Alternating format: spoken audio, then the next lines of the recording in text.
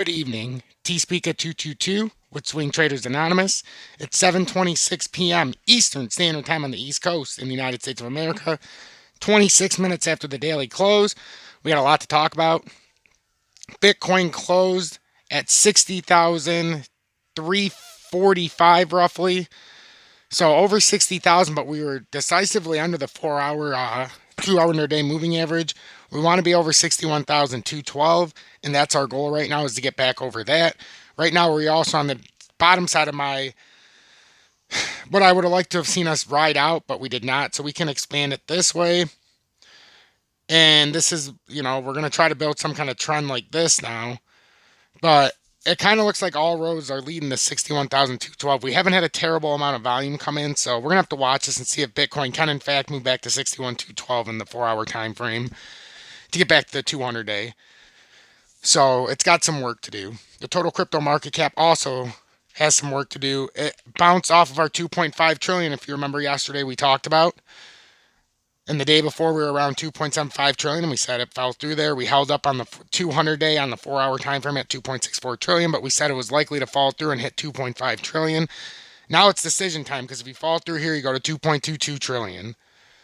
So that would be another drop in the total crypto market cap and the crypto market as a whole. So you have low support at 2.5 trillion, upper resistance at 2.75 trillion as of right now. With the Bitcoin market cap, BITO, the market shares, not the BITO, the Bitcoin dominance chart. Bitcoin dominance went up, and it looks like it's on a cup and handle here that it completed successfully, and now it's back testing the 200-day, which conveniently is at my support, and then it's going to shoot up. This looks bullish. This is just back testing right now to the 200-day, completely bullish. It finished its cup, swung around beautifully, and now it does one of these, and then it's going to go bullish. That's what it looks like to me. So expect some drops in the altcoin market. Maybe not in the immediate 4 to 8 hours, but sometime after probably the next 12 hours, that Bitcoin dominance is probably going to start swinging back up, unless it takes the whole daily candle. The BITO Bitcoin Pro shares was up 1.23% today, up to 38.69, but it's down 24 cents or 0.62% in after hours. That's money that I think you should not allocate into there.